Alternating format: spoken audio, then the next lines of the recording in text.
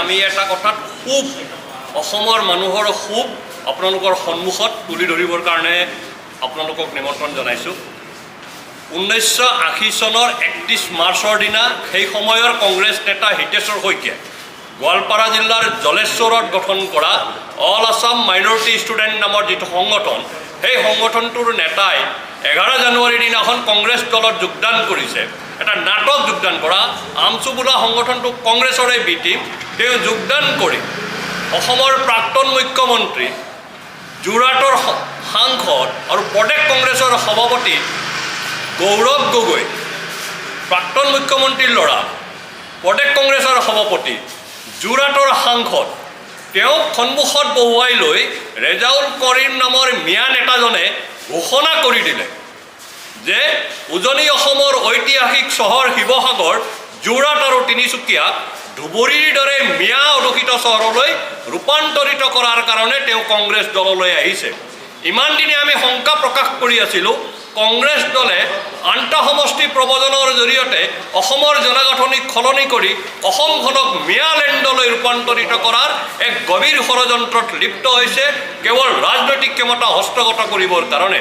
আৰু ৰেজাউল কৰিমে যোৱাকালি গৌৰৱ গগৈক সন্মুখত বহুৱাই লৈ চিঞৰি চিঞৰি যেতিয়া ক'লে যে মই কংগ্ৰেছলৈ আহিছোঁ, ৰেজাউল কৰিম কংগ্ৰেছলৈ আহিছে, কিহৰ কাৰণে আহিছে?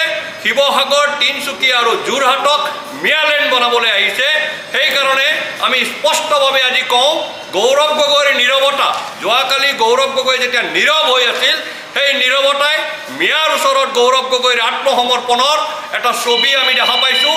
দ্বিতীয়তে, এই ঘটনাৰ জৰিয়তে কংগ্ৰেছ দলে স্পষ্ট কৰিলে যে 1980 চনৰ 31 মাৰ্চৰ দিনা কংগ্ৰেছ দলে গঠন কৰি দিয়া আমচু আচলতে ই কোনো মাইনৰিটিৰ সংগঠন নহয়, ই মিয়া মুছলমানৰ সংগঠন, অল আছাম মিয়া ষ্টুডেণ্ট ইউনিয়ন, আৰু ই কংগ্ৰেছৰ বি টিম।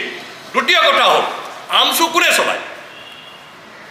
আমচু চলায় আজিৰ তাৰিখত ৰকিবুল হুছেইনে। ৰকিবুল হুছেইনৰ ঘৰৰ পৰা আমচু নিয়ন্ত্ৰিত হয়। গুৱাহাটীৰ 6 মাইল পাঞ্জাবাৰীত থকা ৰকিবুল হুছেইনৰ ঘৰৰ পৰা আমচু চলে। আমচুৱে যোৱা উপনিৰ্বাচনৰ সময়ত চামগুৰিত ৰকিবুল হুছেইনৰ হৈ পেলাই নিৰ্বাচনী কেম্পেইন কৰিছিলে। আমাৰ এইটো স্পষ্ট অভিযোগ, ৰকিবুল হুছেইনৰ পুত্ৰৰ হৈ পেলাই, তানজিল হুছেইনৰ হৈ পেলাই তেওঁলোকে ইলেকশ্যন কেম্পেইন কৰিছিলে। আজিৰ তাৰিখতো আমচু চলে কংগ্ৰেছৰ নিৰ্দেশত, কংগ্ৰেছৰ নেতাৰ ঘৰৰ পৰা। আমচুৰ প্ৰতিষ্ঠাপক সভাপতি আব্দুল হাই নাগেৰীৰ পৰা ৰেজাউল কৰিমলৈকে আমচুৰ 95% নেতাই কংগ্ৰেছ দলত যোগদান কৰিছে, কংগ্ৰেছৰ তেওঁলোক নেতৃত্বত আছে।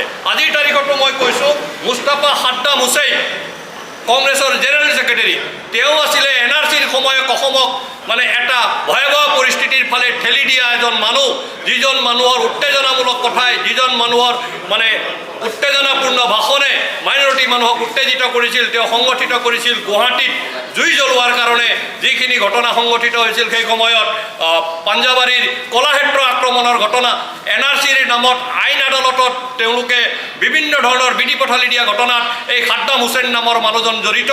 আৰু সেই মানুহজন আজিৰ তাৰিখত তেওঁ কংগ্ৰেছৰ জেনেৰেল ছেক্ৰেটাৰী আৰু এটা সময়ত তেওঁ আমচুৰ নেতা আছিল। কংগ্ৰেছ দল হ'ল আমচুৰ দ্বাৰা পৰিচালিত আৰু আমচু হ'ল কংগ্ৰেছ নেতা ৰকিবুল হুছেইনৰ দ্বাৰা পৰিচালিত এটা ব্যৱস্থা। কংগ্ৰেছ আৰু আমচু পৰিপূৰক ব্যৱস্থা, ইয়াত কোনো ধৰণৰ ডিফাৰেঞ্চ নাই। কংগ্ৰেছ দলে আমচুক পৰিপূৰণ কৰে আৰু আমচুৱে কংগ্ৰেছক পৰিপূৰক কৰে। আমাৰ গোটেই যদি তথ্যবিলাক চাই, আব্দুল হাই নাগেৰীৰ পৰা ৰেজাউল কৰিমলৈকে প্ৰত্যেকজন আমচু নেতা কংগ্ৰেছ দললৈ গৈছে আৰু আমচুৱে সদায় কংগ্ৰেছৰ বি টিম হিচাপে কাম কৰে। সদৌ অসম ছাত্ৰ সন্থাৰ নেতৃত্বত আৰম্ভ হোৱা অসম আন্দোলনৰ বিৰোধিতা কৰি গঠন হোৱা আমচু গঠন হোৱা দিনৰ পৰা আজিলৈকে অসম আৰু অসমীয়াৰ বিৰুদ্ধে থিয় হৈ আহিছে।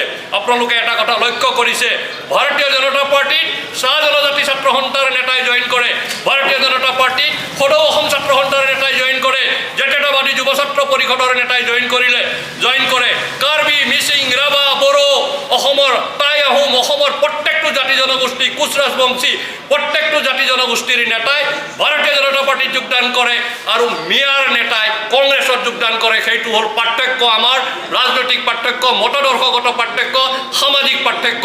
আৰু এই পাৰ্থক্যৰ পৰাই আমি স্পষ্টভাৱে বুজি পাব লাগে কংগ্ৰেছৰ স্থিতি কি। কংগ্ৰেছৰ স্থিতি স্পষ্ট।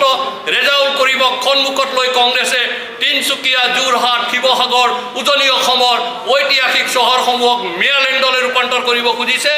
আৰু ভাৰতীয় জনতা পাৰ্টীৰ স্থিতি স্পষ্ট।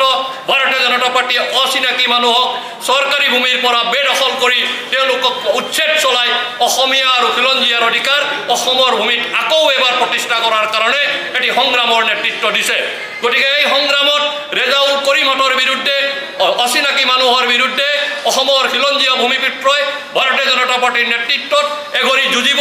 সেই যুঁজ শৰাইঘাটতো হ'ব, সেই যুঁজ চৰাইদেউতো হ'ব, সেই যুঁজ শিৱসাগৰতো হ'ব, তিনিচুকীয়াতো হ'ব, তেজপুৰতো হ'ব, আনকি ধুবুৰী কোকৰাঝাৰতো সেই যুঁজ হ'ব। সেই যুঁজৰ কাৰণে আমি সাজু হৈছোঁ। ধন্যবাদ।